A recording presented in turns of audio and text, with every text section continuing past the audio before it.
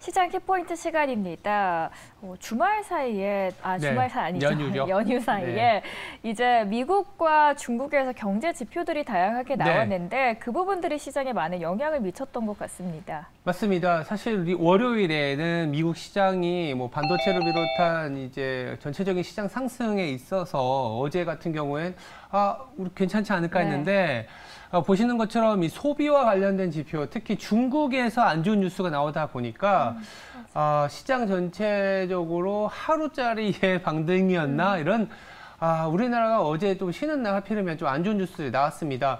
중국의 소비 지표 어제 오늘 굉장히 많은 뉴스들이 나올 텐데 비단 소비 지표뿐만이 아니라 중국과 관련된 뉴스들이 상당히 안 좋게 나오고 있어요. 뭐 부동산 문제라든지 여러 가지 투자와 관련된 지표들이 시장 예상치보다 더 안 좋게 나오고 있기 때문에 이게 다 맞물리는 거거든요. 소비가 안 좋고 부동산이 안 좋으니까 또 이제 투자와 소비가 안 좋아지는 악순환의 고리에 빠져 있는 거다라고 볼 수 있는데요. 중국 같은 경우에는 지금 고민이 뭐냐면 디플레이션 압력이 심해지고 있거든요. 이 디플레이션 압력이 심해지고 있는 상황에서 이 부동산 문제까지 터지다 보니까 부동산 문제가 터진다라는 건 사실은 자산 가격이 하락하고 자산 가격이 하락하게 되면 우리가 잘 알고 있지 않습니까? 부동산 가격이 하락하게 되면 담보 가치가 떨어지고 은행권의 손해가 발생하고 또다시 은행권의 대출이 또 줄어들면 또 가게나 기업들이 또 안 좋아지는 그런 모습인데 지금 중국이 그런 고민에 빠져 있다라고 보시면 될 것 같습니다. 얼마나 안 좋냐 하면 사실은 청년 실업률을 발표하지 않겠다고 하는 거예요. 그러니까 발표하면서 이게 뭔가 이제 신뢰를 좀 쌓아가야 되는데 너무 안 좋아지니까 발표를 안 하겠다.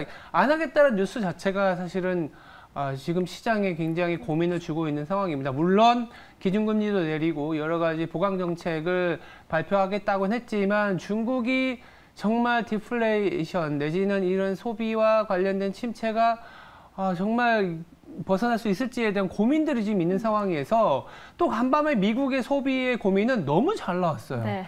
그러니까 중국은 디플레이션이고 미국은 또 인플레이션 압력이 높아지고 있다는 자체가 또 하나의 고민입니다. 안 그래도 최근에 이제 금리가 여러 가지 이유로 인해서 상승을 했는데 간밤에 소비 지표가 미국 같은 경우엔 중국과 달리 너무 잘 나오다 보니까 11월에 FOMC에서 금리 인상 확률이 더 높아져 버렸어요. 야, 이러다가 이게 금리 인상이 9월에도 올리고 또 11월 그리고 그 이후에도 금리 인상은 더 이어지는 거 아니야? 아니면 시장에서는 그래 9월에 한번 올리더라도 좀 멈추거나 내지는 내년에 넘어가면 금리 내릴 수 있는 거 아니냐라는 생각이 있었는데 소비 지표가 상당히 잘 나오다 보니까 또 간밤에 증시는 여러 가지 좀 불확실성, 복잡성 때문에 하락을 했다라고 보시면 될 것 같고요. 그리고 이런 얘기도 나옵니다.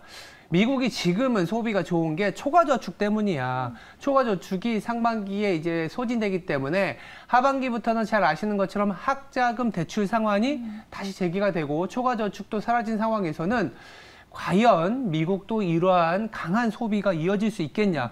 둘 다 중국은 안 나왔고 미국은 너무 잘 나왔지만 그래서 둘 다 고민인 상황이 간밤에 있었다. 이렇게 보시면 될 것 같습니다. 그리고 간밤에 제네지 옐렌 재무장관의 발언도 있었는데 네. 사실 중국 쪽에 대한 경제 아무리 안 좋아도 미국에는 타격이 없겠다라는 스탠스였는데 또 간밤에는 중국의 그렇죠. 지표를 보면서 이게 고민이 되죠. 네, 미국까지도 영향을 미칠 수 있겠다라는 발언을 한 점도 신경이 쓰이네요. 자, 첫 번째로는 소비에 대한 고민이었고요. 두 번째는 어떤 고민일까요? 자, 이렇게 되다 보니까 이 매크로적인 고민이 나오니까 당연히 지금 시장의 밸류에이션, 그러니까 주가가 올라온 상황에서 소비라는 게 뭘까요? 이제 우리나라의 수출 아니면 미국 같은 경우에는 GDP의 70%가 소비지 않습니까? 소비가 탄탄하다 그러면 기업들의 성장이 괜찮을 거고 성장이 괜찮다라는 거는 밸류에이션적인 고민이 없을 수 있다라는 건데 지금 미국 같은 경우에는 한 거의 20배, PER이 20배 가까이 되다 보니까 코로나 이전 수준에서의 상단입니다. 이 이상 올라갈 수 있을까? 이 이상 올라간다는 거는 코로나 시대만큼 낮은 금리, 강한 경기 모멘텀이어야 되는데 아니면 IT 버블처럼 너무나 터무니없이 올라가는 밸류에이션이어야 되는데 과연 가능하겠냐라는 생각이 있는 상황에서 이렇게 금리가 이제 치솟다 보니까 조금은 밸류에이션적으로 부담이 있을 수밖에 없다라는 얘기가 나오는 거고 우리나라도 마찬가지예요. 우리나라는 뭐 미국보다는 PER이든 PBR이든 상대적으로 저평가 영역이 있지만 이 저평가가 항상 저평가였다라는 거. 더불어서 우리나라의 밸류에이션, 뭐 이를테면 PBR이 1배 이상 가려면 지금 2650이었는데 거기서 딱 막혀서 못 가고 있는 거는 수출이 회복이 돼야 되거든요. 근데 수출이 되려면 앞서 얘기 드린 것처럼 미국은 괜찮지만 더 나아질 수 있을지에 대한 고민이 있고 중국이 회복이 담보가 돼야 되는데 중국의 회복이 저렇게 너무 더디다 보니까 과연 우리나라 수출 증가율이 9월 초반에 나올 때 플러스를 보일 수 있겠냐? 이게 아니라는 거죠. 그래서 결국 기업 실적이 조금은 시장 예상보다 상당히 좋아지는 모습을 보여줘야 되는데 지금 화두가 되고 있는 게 엔비디아거든요. 네. 엔비디아가 사실 미국 내에서 상당히 비싸지만 성장이 있다. 이런 어떤 심볼과 같은 그런 기업인데 8월 23일로 예정이 돼 있습니다. 다음 주겠죠. 다음 주에 정말 엔비디아가 어떻게 실적을 발표할지 그리고 이런 실적으로 인해서 투자자들이 이런 고밸류에이션에도 불구하고 괜찮다라는 인식을 할지 이게 이제 다음 주에 남아 있습니다. 그래서 다음 주엔 사실은 엔비디아 실적 그리고 잭슨홀이 있기 때문에 지금 우리가 고민하고 있는 부분들 긴축에 대한 고민, 밸류에이션에 대한 고민이 사실은 조금 일주일 정도 더 연장이 되면서 시장은 좀 불확실성 내지는 어떤 관망세가 더 짙어지는 그런 주간은 조금 더 이어질 수 있지 않겠냐라는 생각이 미치고 있는 상황입니다. UBS에서 그래도 간밤에 엔비디아에 대한 목표 주가를 한 20% 상승 여력이 있다라고 네. 평가한 만큼 기대를 해보도록 하겠습니다. 네.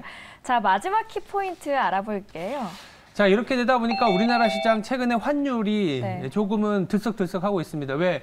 중국의 어떤 경기 부진, 우리나라 시장 자체에도 외국인들의 매수가 많이 들어오지 않은 상황이다 보니까 환율, 이게 오늘 고민인데 이런 고민들이 이제 해결책을 찾아야 되거든요.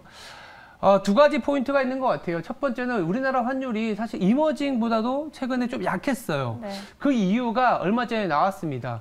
이란 자금 때문입니다. 이란으로 보내야 되는 자금 우리나라로 따지면 70조 달러 정도 된다고 하더라고요. 그래서 70조 원 정도 되는 이 자금이 풀렸습니다. 약간의 어떤 이슈가 있었지만 결국은 이 풀리다 보니까 이란 쪽으로 자금을 어떻게 되나요? 보내줘야 되잖아요. 그러면 원화로 이제 어떻게 보면 은행이 갖고 있는 자금들일 수 있는데 이게 달러로 바꿔서 보내줘야 된다는 거죠. 그럼 우리나라 환율에는 어떻게 될까요? 달러 수요는 많아지고 원화 수요가 줄어들다 보니까 원달러 환율이 올라가는 상황이 발생했고 안 그래도 달러가 조금 올라가고 중국의 이슈가 안 좋았었는데 이란으로의 자금을 보내줘야 되다 보니까 다른 뭐 베트남이나 이런 나라들보다도 원화가 더 약해진 거는 맞아요. 다만 어제 간밤에부터는 아니면 이틀 전부터는 원화가 상대적으로 좀 약간 안정된 모습을 보여주고 있습니다. NDF 환율도 간밤에 1335원에서 좀 안정되는 모습을 보여주고 있기 때문에 이 자체 이란에 대한 이슈, 이란 이슈가 있었던 자체는 어느 정도 일단락 됐다. 그러면 환율이 그동안에 너무 가파르게 올라섰던 것들이 조금은 완화될 수 있다라는 거고 두 번째는 결국 또 달러화죠. 다음 주에 잭슨홀에서 이제 논의가 되는 게 장기적인 통화 정책에 대한 얘기들이 나올 텐데 인플레이션에 대한 연준의 스탠스가 어떤지를 좀 봐야 돼요. 지금 2.5에서 3%, 2%의 인플레이션을 고집하고 있잖아요. 네. 이 부분이 조금 논의가 될 것 같습니다. 2%가 아니라 한 3% 정도로 조정되는 건 어떠니? 이렇게 얘기가 나올 수 있기 때문에 그러한 어떤 이벤트, 이슈에 대해서 주목을 하는 주간이 다음 주라는 점 확인해 보면서 앞서 소비라든지 밸류에이션 고민, 더불어서 우리나라 환율까지 조금은 뭐 당장 나아지는 건 아니지만 이러한 어떤 마지널한 한계 정도의 상황이 왔기 때문에 다음 주에 어떤 엔비디아와 잭슨홀을 보면서 이 관망세가 풀려나가지 않을까라는 생각을 좀 가져봅니다. 자, 키워드에서 이렇게 고민 네. 세 가지가 공통적으로 나온 건 처음인 것 같은데 네. 그만큼 고민이 깊어지는 시점이고요. 그래도 다음 주에 시장의 문제를 네. 해결할 수 있는 열쇠가 나타나길 바라도록 하겠습니다. 오늘 시장 키포인트 이렇게 정리를 해드리도록 하고요. 월거월브 시간에서 더 자세한 이야기 함께해 주시죠.